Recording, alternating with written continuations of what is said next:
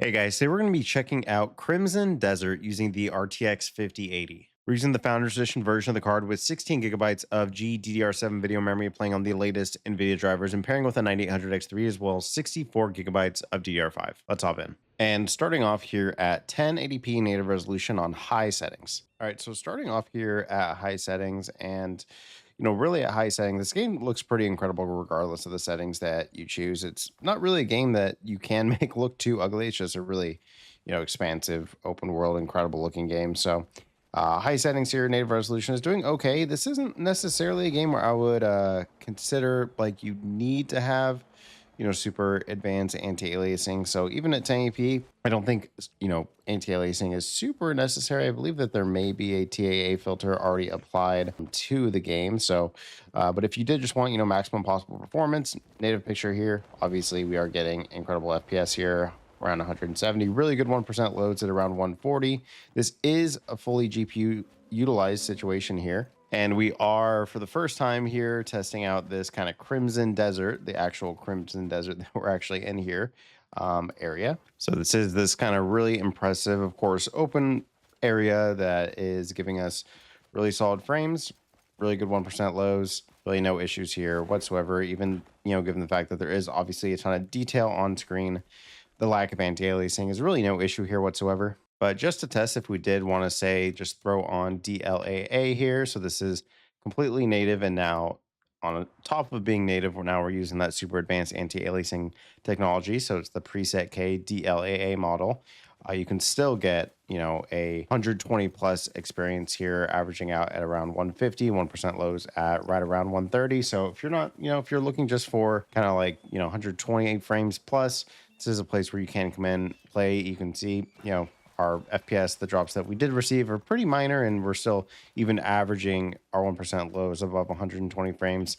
Looks absolutely incredible. This does use ray tracing. Anytime we move off of the low preset, there is ray tracing applied, though, in this particular scene. I don't think it's really going to be super apparent. But if you haven't tested out, or you've played the game but haven't tested out some of the lower presets, ultra cinematic and the ray reconstruction, those all look great, and we'll test those out surely. But even just making stops here at medium or high settings, you can get really great frames and incredible looking visuals. And oftentimes, if you have to kind of make those compromises as far as our visual graphics preset goes in order to get a really good looking picture, which here we are able to get, and I actually think we'll be able to get it even bumping up settings, but oftentimes the actual clarity of the picture is more worth it than just the more minor benefits you get by enabling some of those more advanced settings. And now back at native 1080p, now on cinematic, not using ray reconstruction quite yet, so just cinematic, holding off on the ray reconstruction for now. And here you can see, even at cinematic native resolution, you are still able to get, well beyond any sort of FPS that you would really need for a single player game like this. I mean, single player game, you'd like, a consistent 60 plus experience. I really think that that is what most people are kind of after, and you certainly can get that here. Game looks incredible. It's running incredibly smooth. 1% lows are really solid. So really no complaints here whatsoever, in my opinion. You can see a little bit of motion here now, kind of like on a little bit more demanding of a scene on this train here, getting a little bit lower, around 130, but still, of course, really solid performance. No complaints here whatsoever. And once again, if we did just want a little bit cleaner of a look here, going for DLAA still is, allowing us here to run at cinematic settings, even with DLAA, and get, obviously really great performance here. Some performance will vary, as you can see, a little bit more like motion as we are kind of traversing the world a little bit. It does dip a little bit into like the 130s, but really difference between like 150, 160, and 130 is pretty negligible. I can't really personally tell the difference just playing the game here. So you're gonna be having a pretty solid time regardless of really what you're doing. We're gonna kind of, I guess, here hop into a little bit of combat and see if we can still get pretty performant results, which combat in this game, while is a little bit more demanding than, just kind of not doing anything, it's not going to be like night and day difference when it comes to your actual, performance. So you can see even a little bit of combat drops us into like the 120s, but still incredibly performant, competitive type settings, even despite the fact that this is a single player game, competitive range, like 120 FPS. So feels incredibly smooth, incredibly fluid, and looks incredible. Now, last thing due here at 1080p, I really don't think any sort of upscaling is required at 1080p, which is great given the fact that upscaling doesn't really look super great all the time when we are kind of talking about, using 1080p as our resolution here. So let's just go for ray reconstruction. So this is now completely maxed out, still cinematic on everything, and then lighting turned over to max here, just completely maxed out settings using native resolution and DLAA. And we are still able to get a 60 plus FPS experience here, even at completely maxed out native resolution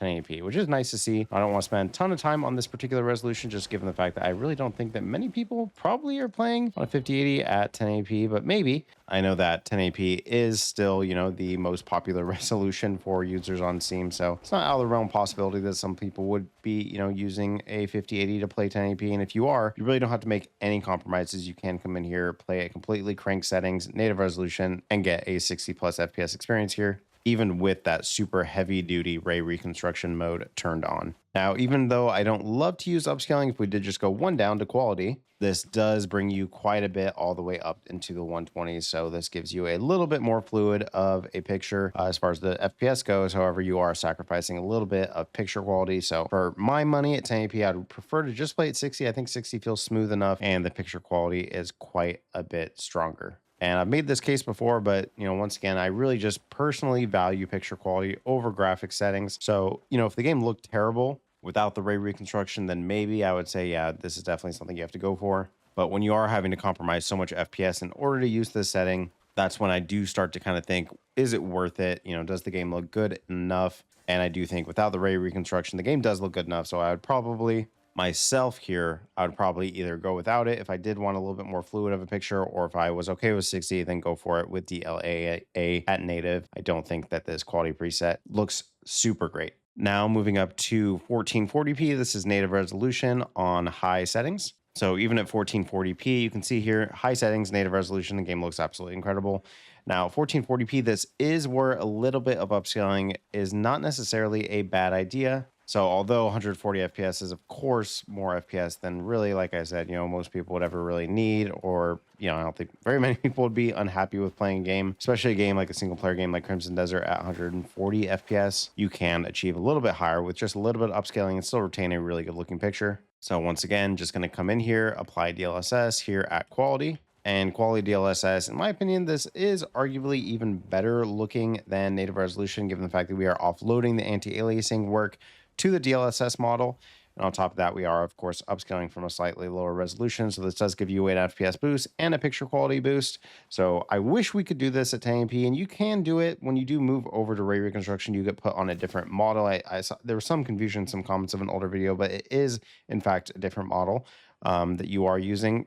And on top of the ray reconstruction, which does override a separate model. Now it's a little bit confusing, but the actual picture quality is very evident that when you do use ray reconstruction, it uses a different model. But at least for now, going on these high settings, the model that we're on now without the ray reconstruction is incredible. And so it gives you a better looking picture, more FPS. And, when you do get away from 1080p, at 1440p and up, 1440p and 4K, in my opinion, there really just isn't a good reason to at least go for a quality preset when it comes to your upscaling, just given the fact that you are getting a better looking picture as well as a slight, or even maybe in some instances, more than slight boost to your FPS. And once again, going for this cinematic preset next, and just going for native resolution. And even cinematic at native resolution, and I know I just said that there really isn't a good reason to not at least use DLSS quality. I do just like to test the native solution because I do know people like to see, and even myself, I like to see what I can get at a native resolution. There is just something to be said,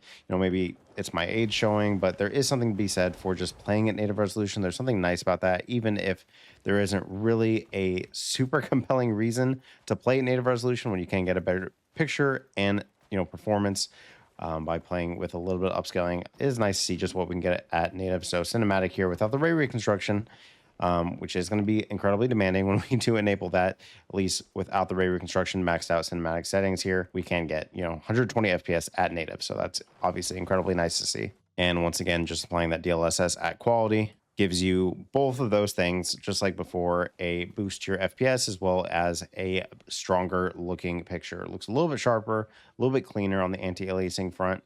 I do think that it must use TAA. I should look. I've done all these benchmarks. I'm like the only reason I haven't looked is like I'm 99% positive that it does in fact use a version of TAA when you don't apply any sort of upscaling.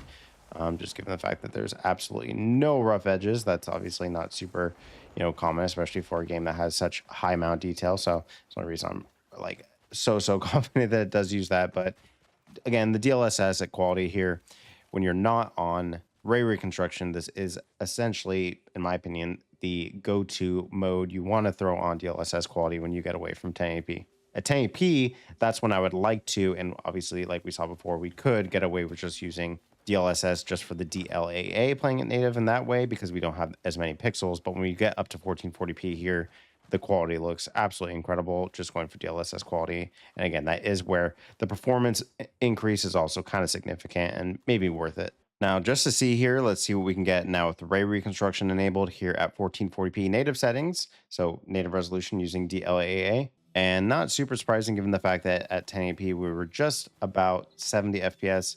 Now we're just about 50 FPS. So a slight decrease and even a little bit of motion here puts us closer to around like mid 40s, even low 40s at times. So unfortunately, not quite where we'd want to be at. We'll go ahead and apply our quality preset here. And the quality preset is all you need to go above 60 FPS. So while we are not getting quite as sharp a picture, and hopefully the recording is, high enough quality that you guys can make the difference, tell that, this quality preset doesn't look quite as good. You can go back and compare, but despite the fact that it's not as good of a upscaling model when we do move over to this ray reconstruction, now that we are at 1440p, the amount of pixels that we're working with is doing us enough favors to kind of make this work. So if you were on a 1440p monitor, this would look okay. And of course, the FPS is totally sufficient. So again, this game in particular, I've played this game personally quite a bit. I've actually played this game quite a lot for a game of benchmark. Probably put about 60 hours into this game. And I played a lot of those 60 hours on a more mid to low end GPU on different settings that where I am just kind of targeting 60 FPS. I think that the game, well, like any single player game, does look good and feel better when you are getting higher FPS, like into that, 100, 120, 140, 150 range. That always will feel better. This game, in my opinion, feels totally fine and still feels like a lot of fun. You can play the game just the same way and have a great time, even at 60 FPS or like we're here right around 80 FPS. This is another, definitely compelling option. And now finally moving over to 4K. This is medium settings at native resolution. And this is where we are going to kind of see the card start to struggle a little bit just with the resolution. Video memory is not necessarily a problem. You can see we're using about 9 gigabytes. Obviously, we have 32 gigabytes, or sorry, not 32. We have 16 gigabytes of video memory to work with. So the 16 gigabytes, despite the fact that this game is incredibly detailed, huge open world, actually doesn't use that much video memory. So is able to be pretty efficient with the amount of video memory that we're actually using. So that is not going to be an issue really whatsoever throughout this testing. But you can see, like I said, around 60 FPS, that's kind of where we like to be. Getting around 80 feels completely fine here on medium settings, but really increasing settings, as we'll see here in a minute, doesn't actually have a super significant impact to our FPS. So going up in our settings, I actually don't think it's going to have, very much impact. So it's kind of the thing where it's like, well, if we can increase the cinematic and get like 70 FPS where we're getting 90, why not? But then there's also the other argument where if you can't really visually tell the difference, then why sacrifice FPS if you can't actually tell the difference? So there's kind of two sides to that. Around 95 here as we're kind of looking at the scene just because I want to directly compare. Let's actually move up past high to ultra here. So you can see moving up to ultra, still here at native resolution where we were at 95 on medium, we're at 89 on ultra. So you can just see, typically in a game where you are moving 2 presets up from medium past high into ultra, you would expect to see a little bit more of an FPS hit, but still, of course, getting above 60 and a pretty, minor drop in our FPS. Now, obviously at 4K here, this is where upscaling becomes incredibly compelling. And even at 1440p, like I said, there's not really a great reason to not at least go for a quality option. Even at 4K, really quality will look incredible, and balanced even is probably, a good starting place. So let's start off here before we go to balance. Let's just make a pit stop here just at quality. And quality upscaling here on Ultra, this rockets us way past even what we were getting on the medium preset.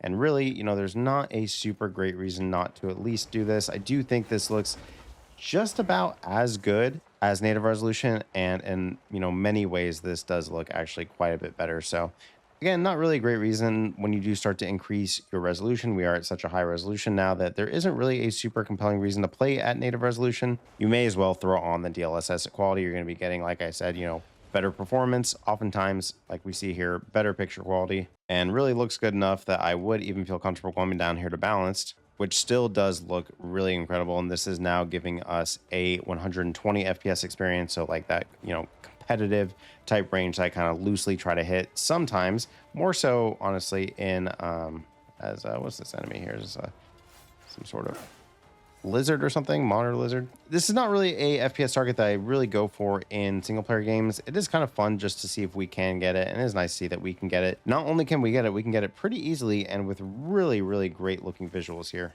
So let's stick with quality upscaling here and move up to cinematic. And quality cinematic, you can see, gives us just about 100 FPS, at least kind of staring at this rock, which I just cannot help myself mining, but still right around 100 even, kind of running around a little bit more here. So, it is nice to see. Of course, this is not necessarily or really not at all a game that you would expect to really be so performant on super high settings. But as we've seen from our other benchmarks, this game is incredibly well optimized. Super nice that it does have support for preset K out of the box. Don't have to do any sort of injection. And really, if there's any negative, it's just the lighting in this game is just a little bit not so great. And it is unfortunate, or maybe kind of a good thing, kind of a bad thing, that the thing that kind of fixes some of the lighting issues, which we haven't really seen here, given the fact that we are kind of in a daytime environment, and of course, a very bright environment, but with some darker environments, some harsh direct light sources, sometimes the ray reconstruction can help kind of make that look a little less bad. But you can see, these shadows, everything still looks really great, even without the ray reconstruction. It's just kind of a bummer that the ray reconstruction does, unfortunately, look, make some things look a little bit better. Let's see if we can get this fast travel point without getting killed here. And we were able to get it. Let's get the hell away from whatever the hell this is. This is kind of my first experience kind of, wandering around the Crimson Desert here. And there are a lot of new things for me to kind of figure out what they are. And now finally, just to see here, let's go ahead and throw on that ray reconstruction. So this is completely maxed out settings. We'll start off here at native DLAA. Not that I'm expecting a super performant experience, considering the fact that obviously we were barely, just about getting 60 FPS at 1080p, more so around the 40s at 1440p, and now at 4K around the 20s. So obviously we do need a bit of help. Now, it was a bit of a bummer that we don't have a super great, upscaler with the ray reconstruction at 1440p and 1080p. At 4K, it's not really going to be a major issue because we do have so many pixels to work with. So we'll see if we can make this work. Around 20 frames per second here at native. So let's go immediately here for the balance preset. And the balance preset gets us close, around 50 frames per second here. Unfortunately, not quite 60 FPS. So we will need to come down one more here to performance. And performance here is where we get just about to that 60 frames per second mark. So it is nice to see the difference between, quality, balance, and performance is pretty minor. The difference between performance and ultra performance I've found is actually pretty significant. So it is nice to see that we don't have to come down to ultra performance. And also, I haven't tested it yet, but 60 frames per second is where the frame generation, and this game does have frame generation and multi-frame generation. So this is where that particular setting becomes a little bit compelling. So if we did want to throw on frame generation, let's just go 4x frame generation. We can get an artificially, smooth frame rate around 200 frames per second. And given the fact that our FPS that we're kind of coming from is already 60 FPS, the amount of input latency that you are experiencing in game is going to be minor enough, especially for a single player game that doesn't really require super precise timing. Isn't really a major issue. Now, this game does have, parries and counters and dodges and things like that, but the timing for those, different things in game are, it's forgiving enough that a little bit input latency isn't going to kill you. you're still going to be able to perform and have a pretty decent experience. So that's been it for Crimson Desert using the RTX 5080. Overall, the card is incredibly powerful at 1440p, 1080p. Of course, those resolutions are really no problem. And 4K, the card can make it work without going down to ultra performance, which is really nice to see, even with the ray reconstruction. And if you were okay without going for the ray reconstruction, you can get an incredibly performant experience. Even with just really minor upscaling or even native resolution, you can make it work in a lot of great ways. That ray reconstruction mode, unfortunately, is just incredibly demanding. So that is really where we have to kind of make some compromises to kind of pull it off. But honestly, that's the case even on, like a 5090. You do have to make some of those compromises as well. So not super surprising. Anyways, guys, thanks for watching. I'll see you in the next one. Bye-bye.